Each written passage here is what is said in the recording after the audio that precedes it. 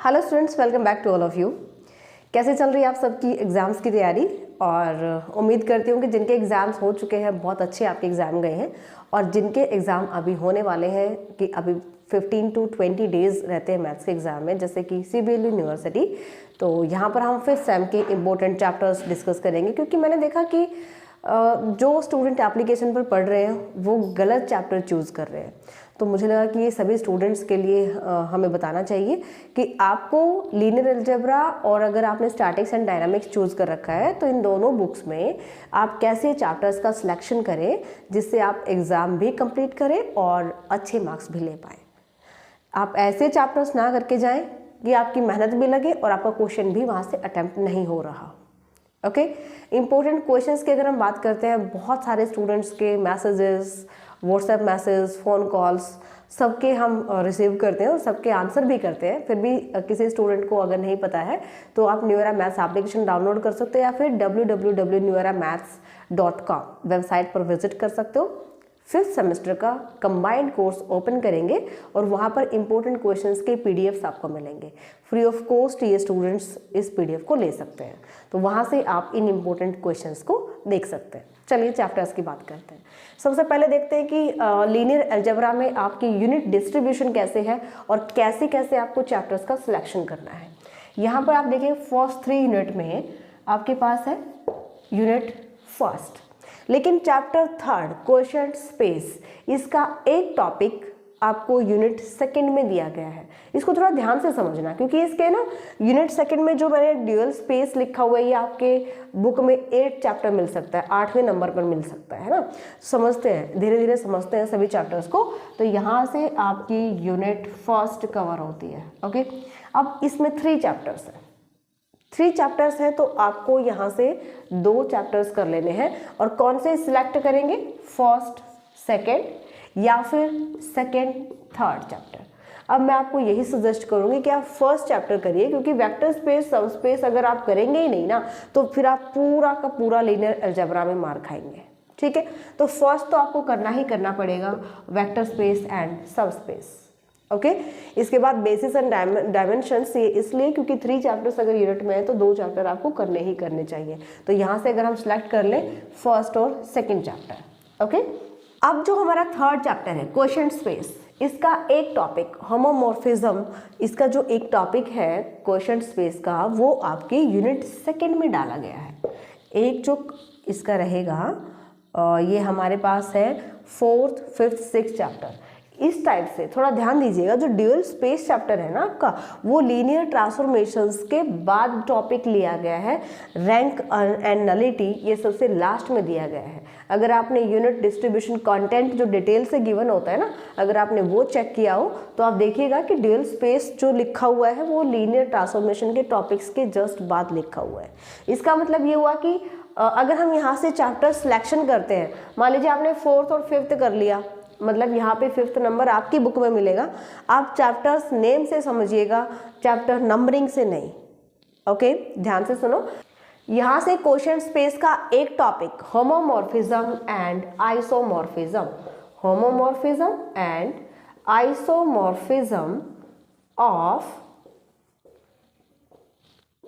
Vector space. तो यहाँ से ये जो टॉपिक रहेगा होमोमॉर्फिज्म एंड आइसोमॉर्फिज्म, किसमें से? क्वेश्चन स्पेस में से। ये आपको यूनिट सेकंड में दिया गया है, इसमें कवर होगा ये, समझ गए? मतलब कि थर्ड चैप्टर का थोड़ा सा जो पार्ट है वो आपको सेकेंड यूनिट में दिया जा सकता है। उसके क्वेश्चन अगर सेकेंड यूनिट में आ जाते हैं तो आपको कंफ्यूज नहीं होना है कि भाई ये तो फर्स्ट यूनिट का चैप्टर है, इसके क्वेश्चन सेकेंड में कैसे आ सकते हैं? वो इसलिए आ सकते हैं, समझ गए? तो आपको यहाँ से करना है homomorphism and isomorphism from chapter 3, linear transformation. Linear transformation बहुत इंपॉर्टेंट चैप्टर है, यहाँ से क्वेश्चन ऑलमोस्ट कवर हो जाता है। ओके, और जिन स्टूडेंट को रिस्क नहीं लेना है आप यहाँ से 5th चैप्टर करिए और यहाँ से 4th चैप्टर करिए। मतलब ड्यूअल स्पेस कीजिएगा, लीनियर ट्रांसफॉर्मेशन कीजिएगा एंड होमोमॉर्फिज्म एंड आइसोमॉर्फिज्म। अगर आप इतना टॉपिक्स कर लेते हो यूनिट सेकंड में तो आपका पूरा का पूरा क्वेश्चन यहाँ से प्रिपेयर हो जाएगा।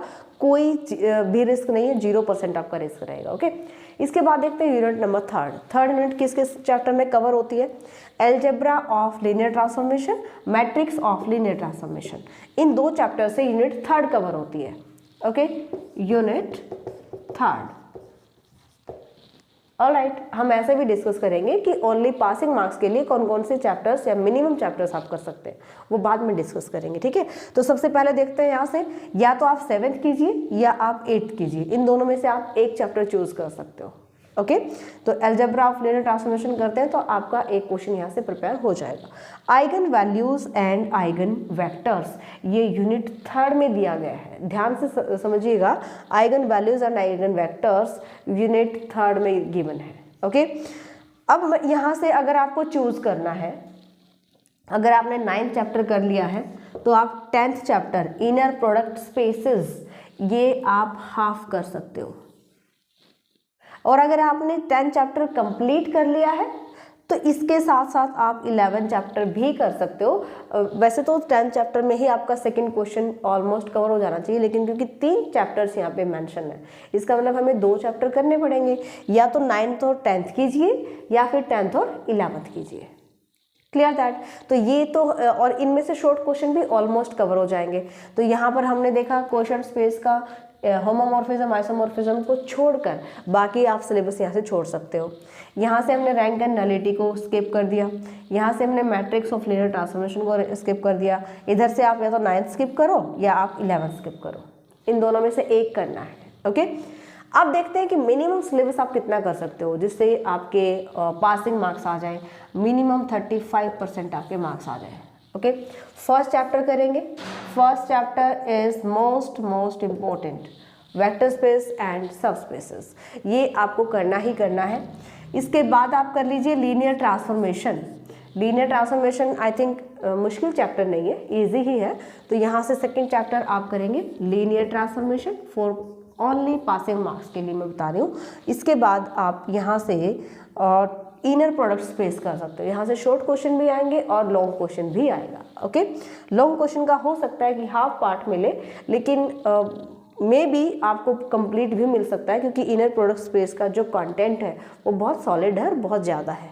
ऑलराइट, इसके बाद आप करेंगे इनर प्रोडक्ट स्पेस। और अगर आपने 7th ये जो आइगन वैल्यूज 9th चैप्टर, अगर आपने ये भी कर लिया, 9th और 10th कर लिया, 4th कर लिया, फर्स्ट कर लिया, तो यहाँ से आपके 40% मार्क्स कहीं नहीं जाएंगे। ओके, 40% मार्क्स, इनमें से आपको कुछ ना कुछ शॉर्ट क्वेश्चंस में भी देखने को मिलेगा। इसके बाद हम चलते हैं स्टैटिक्स एंड डायनामिक्स।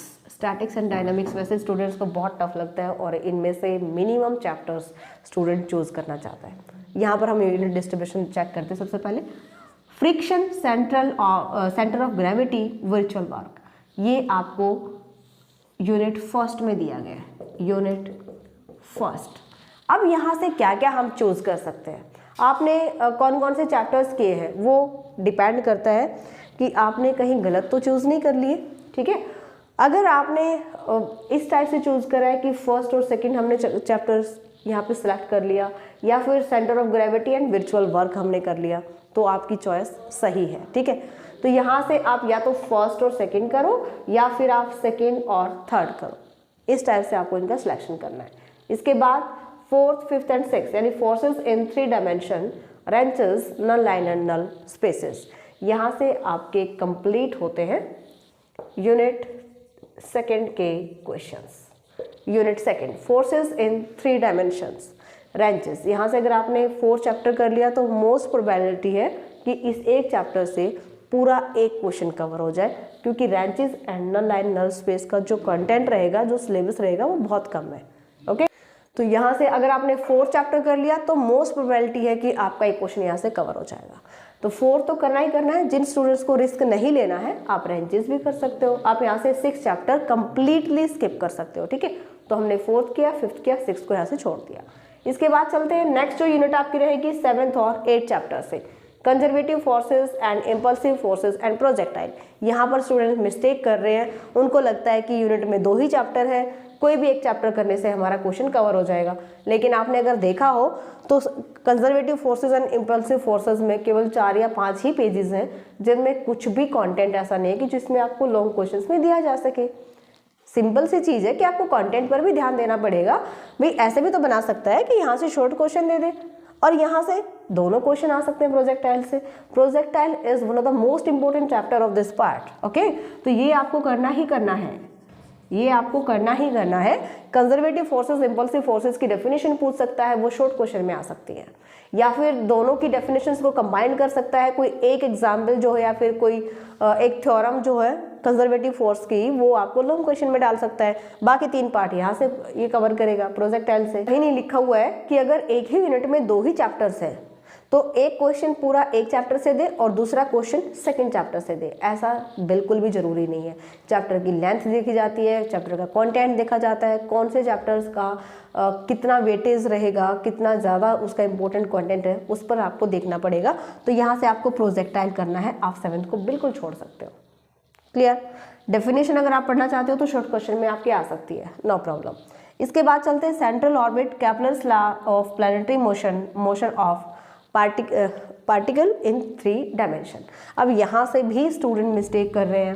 क्या मिस्टेक कर रहे हैं कि भाई उनको छोटा लग रहा है केपलर्स लॉ और motion of particle in 3 dimension, हम ये पढ़ लेते हैं। लेकिन अगर आपने थोड़ा सा ध्यान दिया हो तो सेंट्रल ऑर्बिट के बेसिक किए बिना आप केपलर्स लॉ के क्वेश्चन नहीं कर पाएंगे अच्छे से, आपको रट्टा लगाना पड़ेगा, जिसको आप एग्जाम में भूल सकते हो। समझ गए?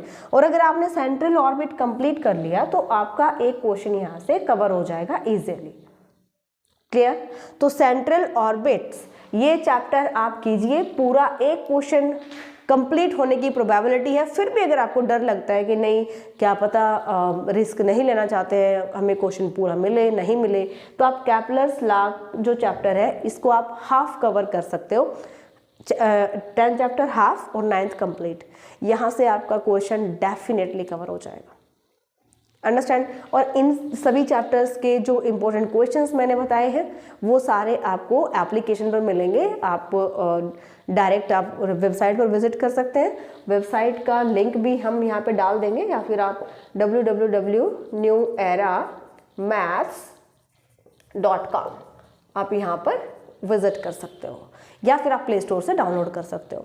6th सेमेस्टर के लिए भी स्टूडेंट्स की क्यूरीज आ रही हैं कि मैम हमें 6th सेमेस्टर कोर्स चाहिए, तो जल्दी ही ऐसे स्टूडेंट होंगे जिनके रीअपियर होगा या तो उन सभी को हम बताएंगे कि दिसंबर लास्ट तक आपको 6th सेमेस्टर का कोर्स मिल जाएगा, और आपको बहुत ही ज़्यादा इजी प्रोसेस आपके लिए रहे उसके लिए आपको एक लैंडिंग पेज का यहाँ पे लिंक प्रोवाइड किया जाएगा, जिस पर जाकर आप डायरेक्ट पेमेंट कर सकते हैं और डायरेक्ट जो है वो कोर्स में एनरोल कर सकते हैं। आपको कुछ भी डाउनलोड नहीं करना है। अगर आपके पास आईफोन है तो आपको एप्लीकेशन डाउनलोड करने की ही जरूरत नहीं पड़ेगी, आप डायरेक्ट वेबसाइट पर जाइए और वहाँ से अपना कोर्स रन कर सकते हैं।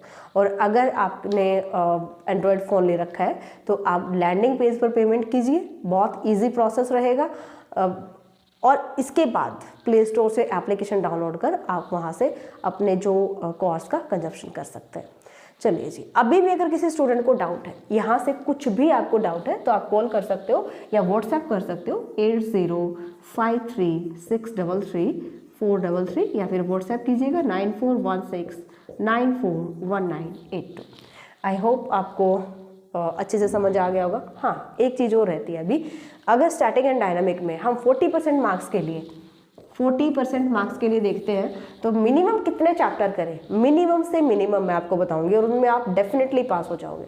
ठीक है, यहाँ से हम देखते हैं तो आप यहाँ से वर्चुअल बात कर लीजिए।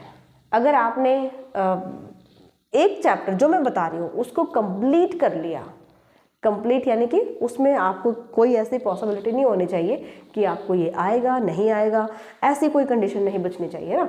वर्चुअल वर्क हमारे पास हो गया। इसके बाद फोर्सेस इन 3 डायमेंशन और देन प्रोजेक्टाइल और सेंट्रल ऑर्बिट। देखो मैंने आपको 4 चैप्टर बताए हैं, इनमें से आप ध्यान से सुनना, 8 चैप्टर और 9 चैप्टर, प्रोजेक्टाइल, सेंट्रल ऑर्बिट, आप ये कर लीजिए दोनों चैप्टर्स। एक और चैप्टर मैं बताऊंगी क्योंकि रिस्क नहीं लेना चाहिए बिल्कुल भी, क्योंकि इनमें दोनों में पॉसिबिलिटी है कि यूनिट दोनों ही लॉन्ग क्वेश्चन कवर करते हैं। ये चैप्टर मोस्ट इंपोर्टेंट चैप्टर है, projectile and central orbit. Okay, तो यहाँ से आपके 2 लॉन्ग क्वेश्चन भी कवर हो सकते हैं। इन केस अगर यहाँ से लॉन्ग क्वेश्चन कवर नहीं होता, प्रोजेक्टाइल में तो होगा ही होगा, कोई डाउट ही नहीं है। इन केस सेंट्रल ऑर्बिट में ये क्वेश्चन कवर ना करे, एक केपलर लॉ का दे देता है, तो उस केस में हमें एक चैप्टर और सिलेक्ट करना चाहिए, और वो चैप्टर आप वर्चुअल वर्क और फोर्सेस इन 3 डायमेंशन दोनों में से कोई भी एक चूज कर सकते हो। समझ में आ गया? तो मैंने 3 चैप्टर आपको बताए। इसको थोड़ा सा अच्छे से समझिएगा क्योंकि बाद में स्टूडेंट बात बहुत ज़्यादा कंफ्यूज हो जाते हैं और काफ़ी कॉल्स आते हैं, काफ़ी मैसेजेस भी आते हैं। हमने यहाँ पे बताया 8वां और 9वां चैप्टर आपको करना ही करना है ओनली फॉर पासिंग मार्क्स, और 4th and 3rd and 4th इन दोनों चैप्टर्स में से आप कोई एक चूज कर लो, कोई एक चैप्टर कर लो। तो मैंने टोटल 3 चैप्टर्स आपको यहाँ से बताए हैं। इन 3 चैप्टर्स को करने से आप पासिंग मार्क्स गेन कर सकते हो, लेकिन ये चैप्टर आपके टिप्स पर होने चाहिए, बहुत अच्छे से होने चाहिए। और भी इजी अगर मैं आपके लिए करूँ तो आप इन चैप्टर्स के सबसे पहले इम्पोर्टेंट क्वेश्चंस को, अगर आप इन चैप्टर्स को प्रिपेयर कर रहे हो तो इनके इम्पोर्टेंट क्वेश्चंस को डेफिनेटली करना है। जो कोर्स में मैंने डाले हुए हैं आप वहाँ से कर सकते हो, अगर आपके पास पास्ट क्वेश्चन पेपर्स हैं आप वहाँ से कर सकते हो, ठीक है। तो एक आइडिया सा मिल जाएगा हमें कि इन क्वेश्चंस को, क्योंकि काफ़ी बार होता है ना कि पहले वाले क्वेश्चंस को रिपीट कर दिया जाता है, जस्ट पहले नहीं, हमें 2022 का एग्ज़ाम पेपर नहीं देखना है, इससे पहले के जाइए और लास्ट 5 ईयर्स से पहले के और भी ज़्यादा इंपॉर्टेंट रहेंगे। तो आप 2022 को छोड़ करके इससे पहले के क्वेश्चंस आप कर सकते। तो इस टाइप से अपनी प्रिपरेशन कीजिए। ऑल द बेस्ट सभी स्टूडेंट्स को।